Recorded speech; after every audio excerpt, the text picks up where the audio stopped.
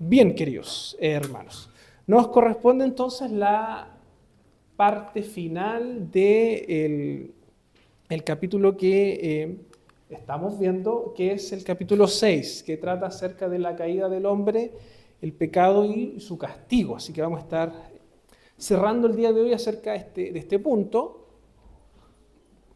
para luego, si no me equivoco, vamos a entrar a la parte de los pactos. Así que si queda alguna duda con respecto a esto del pecado, la caída, cuando hablemos de los pactos también vamos a también reforzar esto, porque va muy ligado esta idea del pacto. Así que vamos a seguir profundizando. Entonces, próxima clase, capítulo 7, hoy nos corresponde cerrar los últimos dos artículos de la confesión, ¿ya?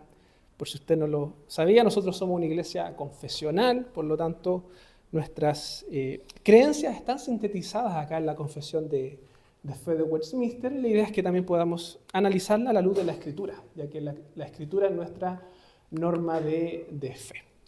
Nosotros en la clase pasada, o las clases anteriores, estuvimos hablando acerca del pecado, cómo el pecado entra a la humanidad, cómo el pecado afecta al hombre, ¿ya? De hecho, ahí en el quiz hay algunas preguntas relacionadas a eso, así que no las voy a responder aún.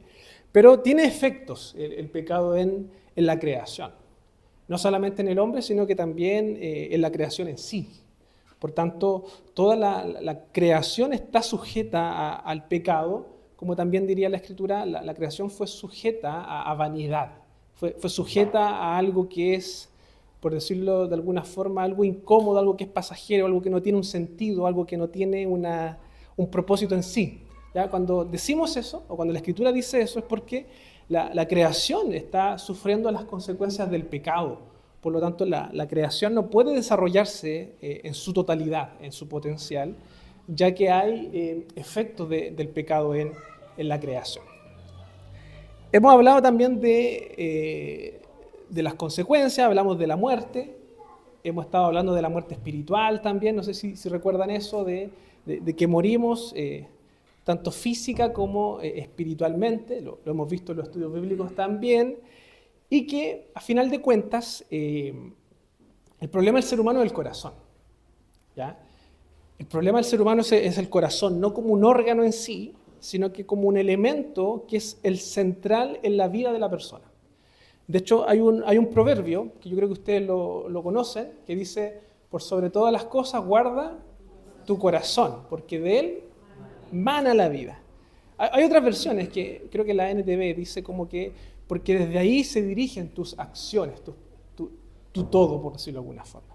Por lo tanto, en el Antiguo Testamento el corazón tiene esa lógica de ser el motor, la fuente de todo lo que pensamos, hacemos, queremos hacer, ¿ya? Y el problema está en eso, de que dada la caída, el ser humano queda totalmente lejos de Dios, con una naturaleza caída. Por lo tanto, el corazón del hombre no desea las cosas de Dios. Y eso es lo que la Biblia enseña.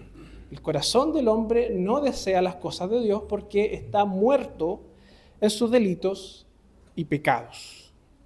¿Ya? Esa es la clave en relación al pecado. El ser humano está muerto en sus delitos y pecados. No hay nada bueno en el ser humano que pueda complacer la justicia de Dios. Y ese es el problema que nosotros vemos en la Escritura, que se nos plantea en Génesis, que a través de la caída el ser humano es pecador por naturaleza y por tanto después peca. ¿Ya? Esa es la distinción importante. El ser humano es pecador y por tanto peca. Y acá hay algo interesante porque Jesús, cuando él enseña la ley, Jesús nos presenta un problema aún más profundo del pecado. Porque Jesús nos dice que en realidad el pecado es más que la acción. No sé si recuerdan eso. Jesús dice, oísteis que fue dicho que no matarás, ¿cierto?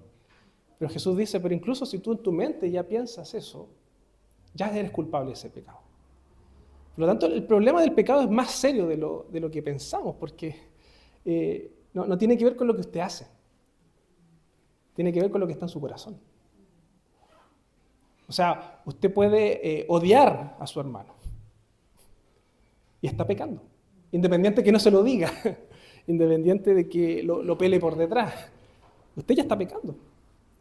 Usted a lo mejor, como también diría Jesús, a lo mejor nunca engañó a su pareja, pero si en su mente ya pensó en otra persona, ya es culpable de ese pecado también. Entonces, ese es el problema del pecado que nosotros vemos que está en el ser humano. Vamos entonces a leer el artículo 5 y 6, que habla sobre la corrupción, este estado de caída y cómo esto afecta al ser humano. Leamos entonces el artículo 5, todos juntos, dice así: esta corrupción de naturaleza dura toda la vida, aún en aquellos que son regenerados, y aun cuando sea perdonada y amortiguada por medio de la fe en Cristo. Sin embargo, ella y todos los efectos de ella son verdadera y propiamente pecado. ¿Ya? Vamos a analizar lo que la confesión está diciendo en este párrafo, porque puede sonar un poco, a lo mejor, complejo de entender lo que se señala en este párrafo. Vamos a leer algunos textos bíblicos, así que aquí los necesito con su ayuda. Que alguien pueda buscar Romanos 7. ¿Ya? Hermana Adriana va a buscar Romanos 7 y vamos a leer del 14 al 18 y que después lo tenga abierto. ¿Ya? Otra persona, Proverbios 20. ¿Algún voluntario? Hermana Jessica, Proverbios 20, del 6 al 10. Y otra persona que me busque Eclesiastés 7:20, la Ale. Y bueno, nuestra hermana Adriana se va a quedar con Romanos 7 abierto, ¿ya? Porque después lo vamos a usar de nuevo.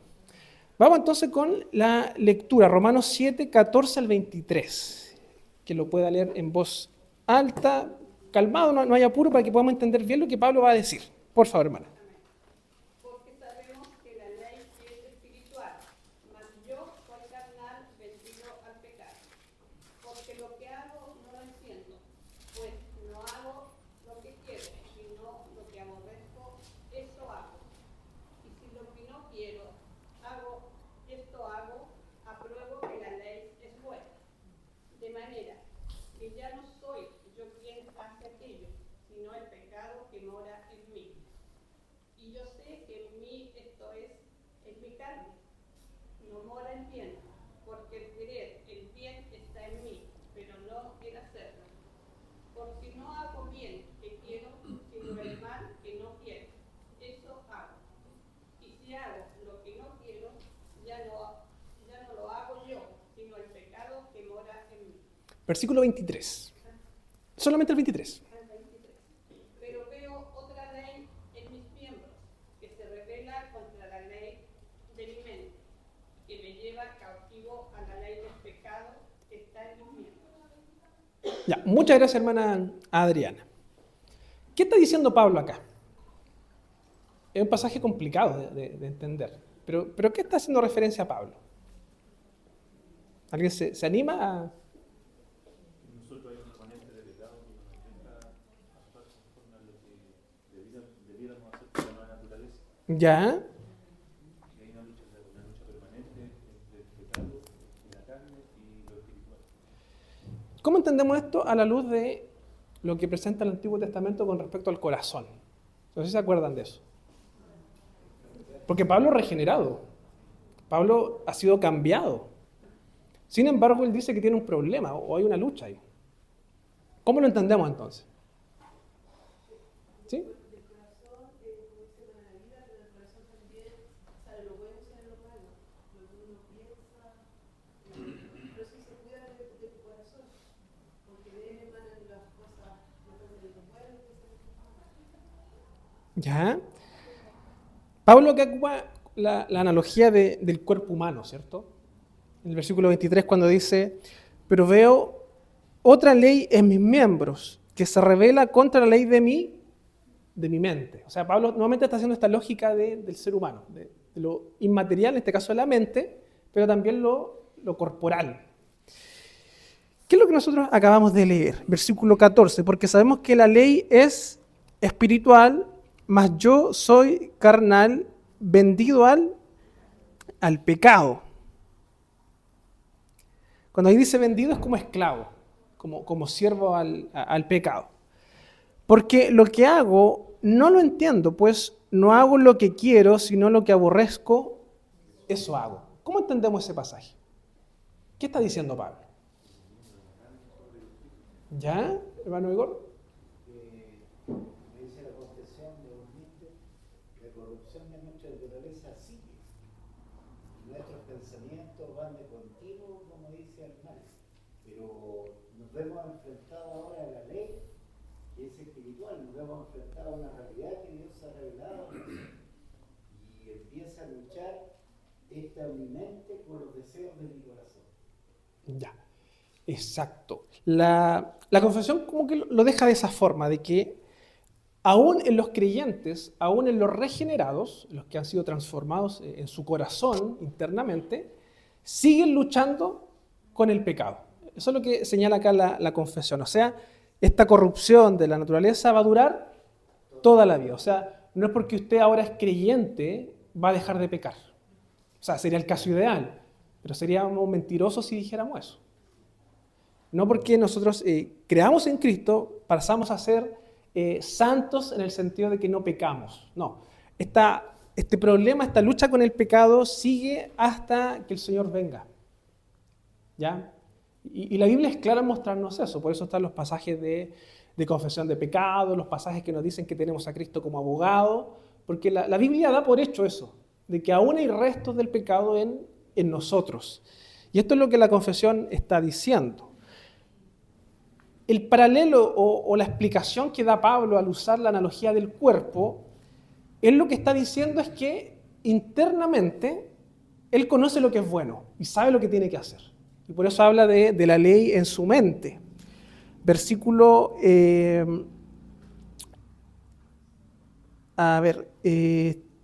14, habla de la ley espiritual y él dice, mas yo soy carnal vendido al pecado. Está haciendo esa lógica, ¿ya? Versículo 15, porque lo que hago no lo entiendo, pues no hago lo que quiero, sino lo que aborrezco, eso hago. Y si lo que no quiero, eso hago, apruebo que la ley es buena. De manera que ya no soy yo quien hace aquello, sino el pecado que mora en mí. Pablo lo que está haciendo es decir, el cristiano, él también, ha sido regenerado. Él entiende la ley de Dios, comprende lo que es bueno y lo que es malo, ¿cierto? Nosotros al ser creyentes sabemos lo que es bueno y lo que es malo. Ya no hay justificación de que, no sabía, o no hay nada internamente que me lo dice. Nosotros sabemos lo que es bueno y lo que es malo. De hecho, usted como cristiano, cuando usted peca voluntariamente, a veces usted duda de hacerlo, porque sabe que es malo, ¿o no? Pasa. Cuando usted quiere engañar el sistema, o se pregunta, ¿lo hago o no lo hago? Nadie me va a ver. Ya, cuando usted tiene esa duda, esa inquietud interna, es porque hay algo en su interior que le está diciendo que es malo. Pero aún así lo hace, ¿cierto? Aún así caemos. Aún así estamos luchando con eso. Y eso es lo que Pablo está ejemplificando en este pasaje. Él en su mente, en su interior, sabe lo que es bueno, sabe que la ley es buena en sí, es espiritual, trae beneficio. Pero hay una parte en él que lo asocia con lo carnal o el cuerpo o sus miembros que aún así sigue luchando con el pecado. Que aún así tiene esa inclinación al mal. De manera que ya no soy yo quien hace aquello, sino el pecado que mora en mí. Y yo sé que en mí, esto es, en mi carne, no mora el bien. Porque el querer el bien está en mí, pero no el hacerlo. Pablo está haciendo esta lucha que hay entre este corazón transformado, pero los residuos del pecado que quedan en el cuerpo, ¿ya? No quiero decir el cuerpo físico, sino que, según la analogía de Pablo, hay una parte en ti que está luchando con eso. Y Pablo señala aquello, de que a pesar de ser regenerado, a pesar de que el Señor haya transformado tu vida, te haya dado un nuevo corazón, hasta que el Señor no regrese, tú vas a seguir luchando con el pecado. Vas a seguir luchando con el problema del pecado. Solo que hay una diferencia en relación a antes. Ahora tú eres consciente. Ahora tú sabes que estás pecando. Ahora tú sabes que Cristo murió por ese pecado. Por lo tanto, ya no es una lucha indiferente, en donde tú digas, da lo mismo. No, ahora el cristiano sufre con el pecado. Y por eso nuestro culto, nuestra liturgia, uno de los momentos iniciales tiene que ver con la confesión de pecado. Porque reconocemos que pecamos, reconocemos que fallamos. Y por tanto, creemos que es necesario que antes de acercarnos a Dios, en un culto, confesemos nuestras faltas. Entonces el pecado sigue en nuestra vida, sigue influyendo en nuestro ser. El versículo 23 dice, pero veo ahora otra ley en mis miembros, que se revela contra la ley de mi mente y que me lleva cautivo la ley del pecado que está en mis miembros. Todos sabemos lo que es bueno, todos sabemos lo que es malo, pero aún así tenemos esa lucha. Aún así tenemos ese problema día a día de lidiar con lo que queda de pecado en nosotros. Cortito sí, hermano. Sino que la diferencia, la diferencia de antes, que la conciencia no nos amonestaba. Nos sentíamos complacidos antes, pero ahora al pecar trae vergüenza. Exacto. El espíritu se contrista. Exacto. Nos acusa. Exacto. Muy bien. Proverbios 20. ¿Quién lo iba a buscar? Sí. Del 6 al 10. Y después Eclesiastés 7:20, que creo que era la Ale. Muchos hombres proclaman cada uno su propia bondad, pero hombre de verdad, ¿quién lo verá? Camina en su integridad el justo, sus hijos son dichosos después de él. El rey que se sienta en el trono del juicio, con su mirada disipa todo mal. ¿Quién podrá decir, yo he limpiado mi corazón, limpio estoy de mi pecado? Pesa falsa y medida falsa. Ambas cosas son abominación a Jehová. Ya, fíjense cómo este proverbio ejemplifica eso. El rey que se sienta en el trono de juicio, con su mirar disipa todo mal. Es como haciendo referencia a alguien justo que está ahí mirando, juzgando. ¿Quién podrá decir entonces, yo he limpiado mi corazón, limpio estoy de mi pecado? ¿Quién podrá hacerlo ante un rey que hace justicia? Pesa falsa y medida falsa. La NBI dice, pesas falsas y medidas engañosas. Ambas cosas son abominación a Jehová. O sea, lo que el proverbio está diciendo es que tú no puedes pretender decir que eres bueno internamente en tu corazón. No hay quien pueda presentarse ante el Dios de la justicia y decir que en mí no hay pecado. Decirle que en mí no hay maldad, que yo no he fallado. Hermanos, ninguno podría venir el día domingo a la iglesia y con el descaro decir yo no pequé en toda la semana. Eso es lo que nos está diciendo el proverbio también. No podemos, no engañaríamos a nosotros mismos, como diría Juan. Ese es el problema del pecado, que seguimos lidiando con eso. Eclesiastés 7:20.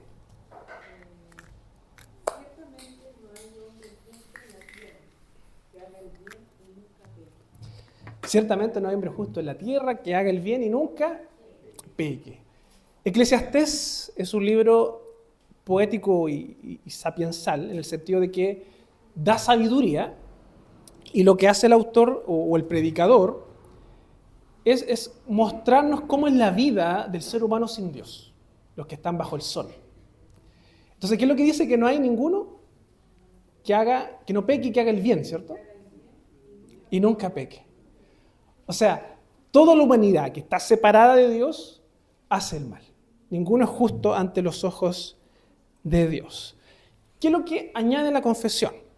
Y aun cuando sea perdonada y amortiguada por medio de la fe en Cristo, sin embargo, ella y todos los efectos de ella son verdadera y propiamente pecado. ¿Qué es lo que está diciendo la confesión acá? Para explicarlo quizás en un lenguaje más simple.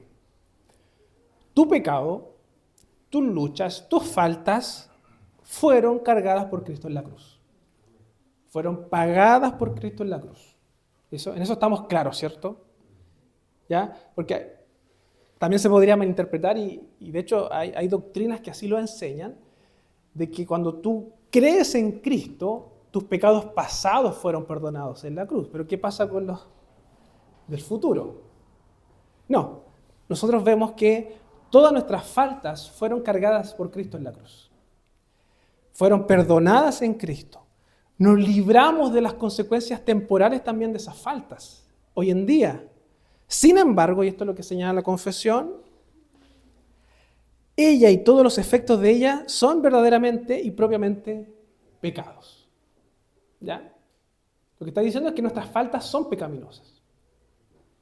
No son errores, no son mentiras blancas, no son mentiras piadosas. No es como, no, si el Señor me entenderá, si lo estoy haciendo porque el Señor sabe que estoy en necesidad. No, eso es pecado. Es pecado. ¿Cristo murió por ese pecado? Sí. ¿Cristo cargó por ese pecado? Sí. Pero es pecado. No lo relativice. No relativicemos el pecado. Eso y los efectos son verdadera y propiamente pecados. Hermana Adriana, usted tiene Romanos 7, ¿cierto? Lea del 5 al 8. Romanos 7 del 5 al 8. Porque mientras estábamos en la carne, las pasiones pecaminosas que eran por la ley obraban en nuestros miembros, llevando fruto para muerte. Pero ahora estamos libres de la ley, por haber muerto para aquella en que estábamos sujetos, de modo que sirvamos bajo el régimen nuevo del Espíritu y no bajo el régimen viejo de la ley.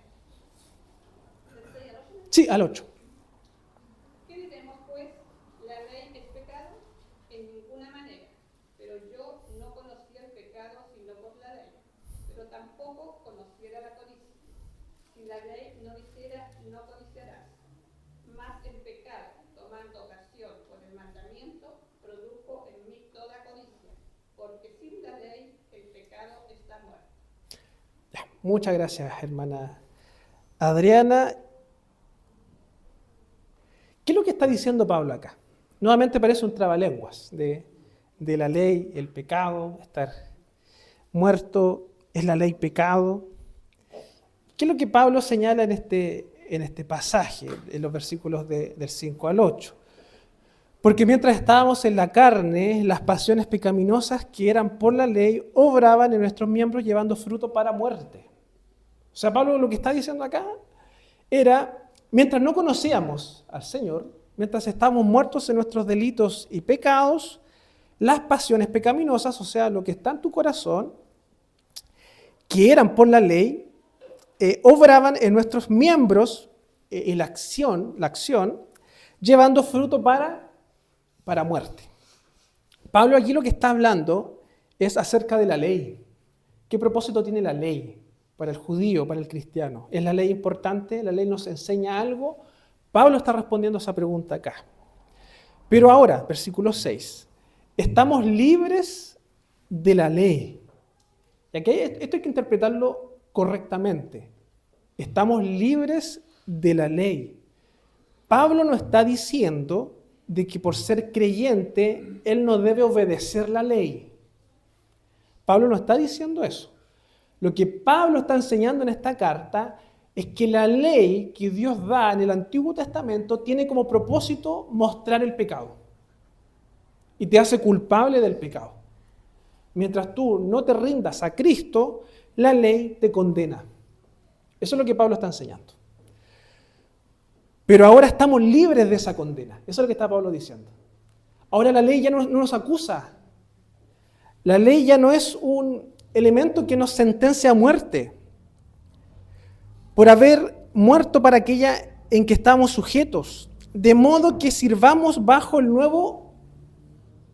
régimen nuevo del Espíritu y no bajo el régimen viejo de la letra.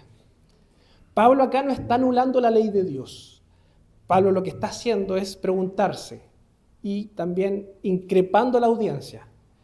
La ley de Dios sigue vigente. ¿Cómo tú te vas a relacionar con ella? ¿Lo vas a hacer a través de una actitud pecaminosa en donde la ley te condena? ¿O lo vas a hacer ahora con una actitud renovada en donde puedes cumplir la ley para amar a Dios y conocerle? Eso es lo que Pablo está mencionando acá.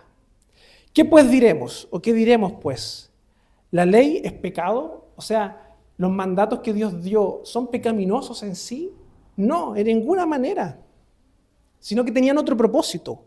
Pero yo no conocía el pecado sino por la ley. Pablo está diciendo, Dios dio la ley para que conociéramos que éramos pecadores. Sin embargo, la ley nos condenaba.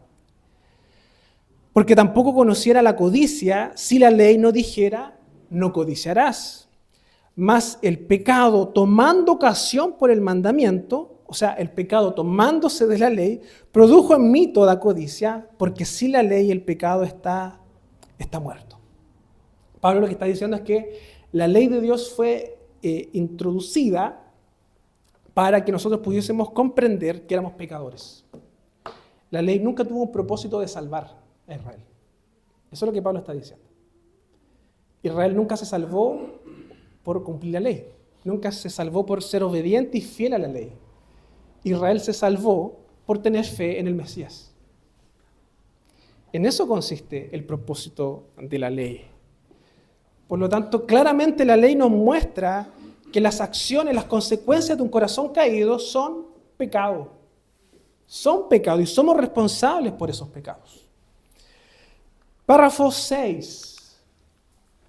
¿Qué dice el párrafo 6?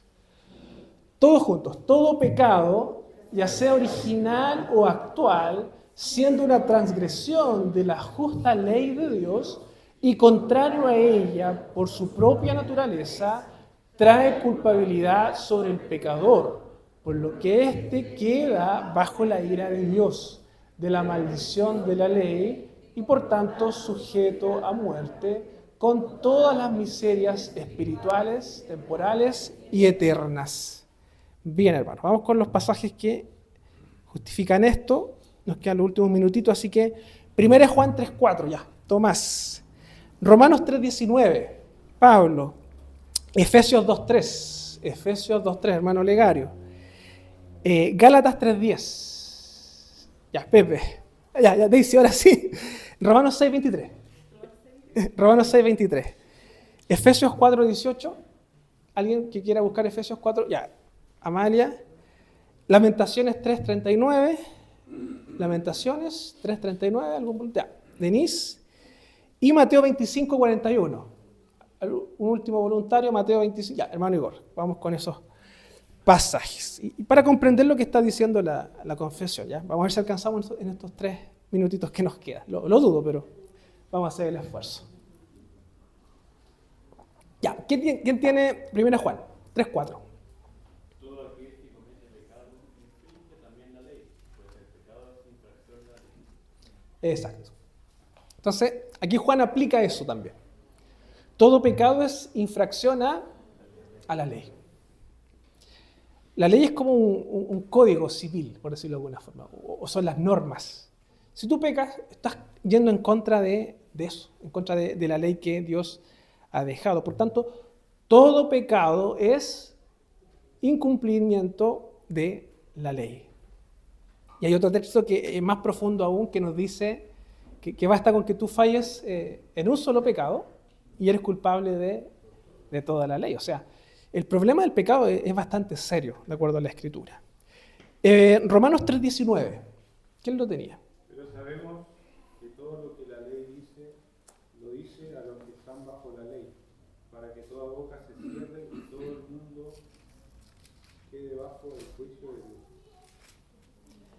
Ya, Romanos 3:19 entonces dice, pero sabemos que todo lo que la ley dice, lo dice a los que están bajo la ley, para que toda boca se cierre y todo el mundo quede bajo el juicio de Dios.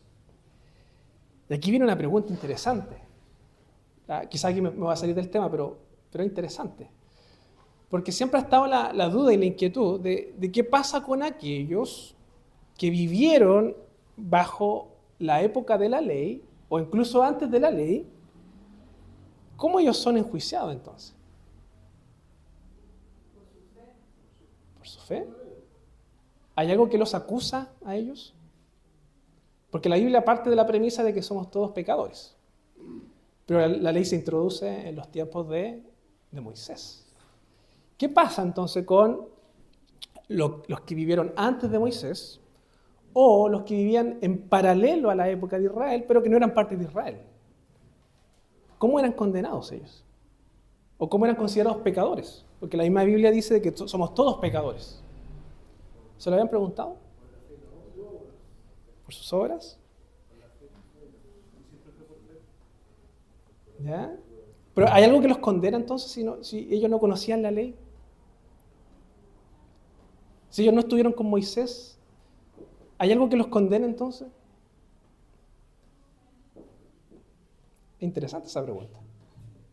Bueno, la misma Biblia va a hablar y nos va a mencionar, quizás podemos verlo más adelante, que el ser humano en sí, en su corazón, en su naturaleza, tiene lo que nosotros conocemos como la ley natural. Por tanto, sin haber conocido la ley, en las tablas de la ley, el ser humano en su consciente, en su conformación, tiene la ley de Dios impresa en su corazón. Por lo tanto, en estricto rigor, el ser humano, de forma innata, puede saber lo que es bueno y lo que es malo, por decirlo de alguna forma, de forma innata. Obviamente, dadas las consecuencias del pecado, el ser humano peca y no quiere hacer lo bueno. Pero si nos ponemos a pensar, esta idea de la ética, por ejemplo, esta idea de la ética vemos que es universal. Hay muchas naciones, muchos pueblos que a lo mejor no tenían la ley, que no conocían a Dios, pero aún así en su sistema ético podían diferenciar cosas que eran buenas y cosas malas. O sea, hay principios universales que el ser humano entiende que son intransables éticamente. Por ejemplo, yo creo que toda la humanidad en sí, o la gran mayoría de la humanidad, está de acuerdo en que matar o asesinar es malo, ¿cierto? Porque está inserto en el corazón, en esa ley natural del ser humano, en sus conciencias, como diría el apóstol Pablo. Aquellos que no tienen ley son juzgados según sus conciencias. Pero nosotros vemos de que también hay una ley natural impresa en el corazón del ser humano, ¿ya? Volvamos al texto, a lo que estamos viendo. Efesios 2:3. Vamos a ir cerrando ya, hermanos. Nos quedan los últimos minutitos. Efesios 2:3. Entre los cuales también todos nosotros vivimos en otro tiempo en los deseos de nuestra carne, haciendo la voluntad de la carne y de los pensamientos, y éramos por naturaleza hijos de ira, lo mismo que los demás. Ya, Pablo aquí está haciendo el comparativo entre lo que era el cristiano antes y ahora. Entre los cuales también todos nosotros vivimos en otro tiempo en los deseos de nuestra carne, los efectos del pecado, la naturaleza caída, eso es lo que Pablo está diciendo. Haciendo la voluntad de ¿quién? De la carne, de la naturaleza caída y de los pensamientos, y éramos voluntad de la carne. Por naturaleza, me perdí. Y éramos por naturaleza hijos de ira, lo mismo que los demás. Lo que Pablo está diciendo acá, por estar en una naturaleza caída, tú eres merecedor de la muerte eterna. O sea, no hay ningún ser humano justo en su estado natural ante Dios. Todos se desviaron, todos son pecadores. ¿Ya? Voy a terminar y después doy el paso para que podamos comprender acá. Entonces, eso es lo que está señalando la confesión. Todo pecado, ya sea original o actual, siendo una transgresión a la ley de Dios y contrario a ella, por su propia naturaleza, trae culpabilidad sobre el pecador, por lo que éste queda bajo la ira de Dios. Y por eso el Evangelio es importante. Por eso el Evangelio es una buena noticia, porque antes hay una mala noticia. Tú eres pecador, tú no eres bueno. Tú no cumples la justicia de Dios. Gálatas 3:10. ¿Qué es lo...? Porque todos los que dependen de las obras de la ley están bajo maldición. Pues escrito está, maldito todo aquel que no permaneciere en todas las cosas escritas en el libro de la ley para hacerlas. Porque todos los que dependan de la ley de las obras, todos los que dependan de las obras de la ley están bajo maldición. Pues escrito está, maldito todo aquel que no permaneciere en todas las cosas escritas en el libro de la ley para hacerlas. Pablo lo que está haciendo acá es confrontar a los judaizantes que estaban ingresando a las iglesias, que querían ingresar las prácticas del Antiguo Testamento, así como también la ley. Ellos decían, tienes que circuncidarte, tienes que cumplir la ley y así Dios te va a amar. Pablo lo que está respondiendo acá es que todos los que dependen de las obras de la ley están bajo maldición. O sea, si tú quieres justificarte por tus propias obras, déjame decirte que esas obras te condenan. Esas obras te hacen maldito. Eso es lo que Pablo está diciendo acá. O sea, no tiene sentido ingresar o reingresar al sistema judaizante de la iglesia, porque esas obras te condenan, te maldicen. Pues escrito está: maldito todo aquel que no permaneciera en todas las cosas escritas en el libro de la ley para hacerlas. Ningún ser humano puede hacer todas las cosas de la ley. Y por eso el evangelio es relevante, porque Cristo sí cumple la ley. Cristo sí es obediente. Cristo sí satisface la justicia de Dios. Romanos 6:23. Porque la paga del pecado es muerte, mas la dádiva de Dios es vida eterna en Cristo Jesús, Señor nuestro. Exactamente. La paga del pecado es muerte, mas la dádiva de Dios es vida eterna en Cristo, Señor nuestro. O sea, ahí está la solución al problema. Jamás podemos justificarnos por la ley. Quédese con eso. Jamás podemos justificarnos por la ley. Jamás son las acciones las que nos salvan. Y finalmente vamos con, nos quedan 3 pasajes. Efesios 4. ¿Alguien lo tenía? Sí. Y después se prepara Lamentaciones. Sí. Una consulta, estaba pensando que usted está explicando cómo se le explica, por ejemplo, a los chiquillos cuando ellos ¿cómo uno le explica de que jamás esas buenas obras nosotros nos van a justificar? Yo creo que para poder entender bien eso o explicarlo bien, uno tiene que partir hablando de quién es Dios. Cuando nosotros comprendemos realmente quién es Dios, nos vamos a dar cuenta de lo terrible que es ser hombre y ser humano, porque estamos lejos de Dios. Entonces, yo lo explicaría de esa forma, o sea, primeramente enseñando correctamente quién es Dios. Un Dios santo, un Dios justo. Un Dios que no tolera el pecado, un Dios que cada vez que mentimos, cada vez que engañamos, si uno quisiera decir a los niños chicos, uno está fallando contra Dios. Y si uno le enseña de pequeño a eso, o sea, de pequeño a alguien, yo creo que es algo beneficioso, porque desde pequeño va a saber y entender de que no es capaz de cumplir y hacer lo que Dios demanda hacer. Y sacarnos de esa idea de que los niños son buenos en esencia, de que hacen cosas buenas. No, mostrar desde pequeño que ellos se equivocan, de que ellos necesitan a Dios. Entonces, en la medida que podemos conocer a Dios, describirlo, enseñarlo correctamente, eso nos va a preparar el camino para mostrarnos y enseñar de que nosotros no podemos alcanzar la justicia de Dios. Y ese es el problema del ser humano.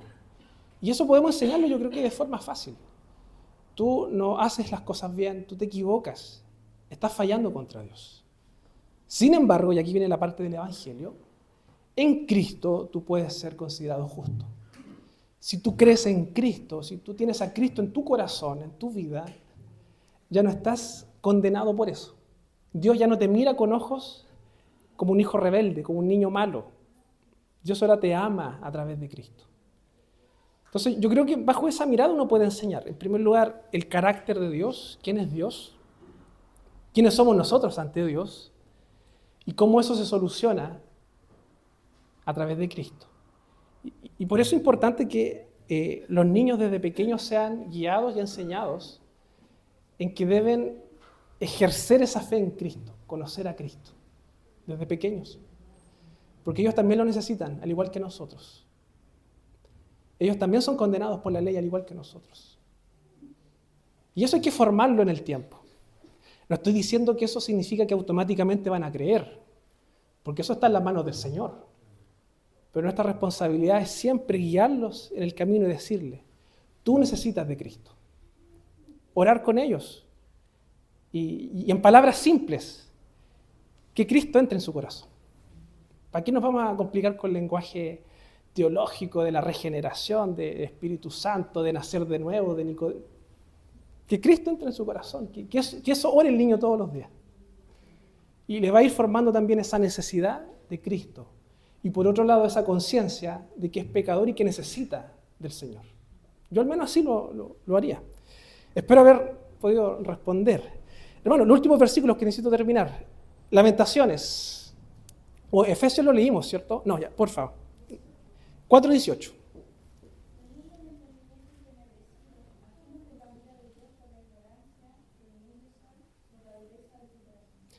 Ya habla de conocimiento entenebrecido por la dureza del corazón. Nuevamente habla eso Pablo. Esta idea de un corazón caído, un corazón duro, que hace que todas tus acciones sean entenebrecidas. Las consecuencias de la caída, que son espirituales. ¿Ya? Ahí estamos hablando de las miserias espirituales. Miserias temporales, Lamentaciones 3:39.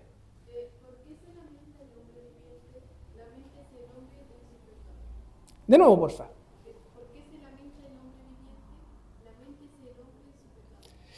La mente es el hombre en su pecado. Aquí está haciendo referencia a las cosas temporales. Que el pecado también debe causar eso en nosotros. Lamento. Lamento por fallar ante Dios. Y finalmente, eternas. Mateo 25:41. ¿Quién lo tiene? Luego dirá a los que están a su izquierda: apártense de mí, malditos, al fuego eterno preparado para el diablo y sus ángeles. Exactamente. Esto habla del juicio final.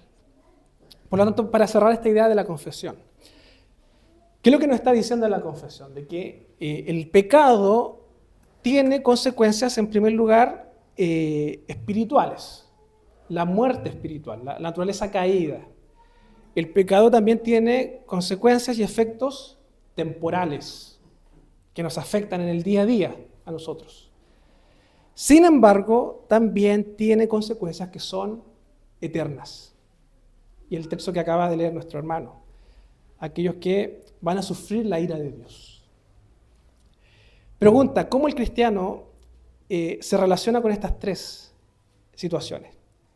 Con las consecuencias espirituales, en la última línea, temporales y eternas.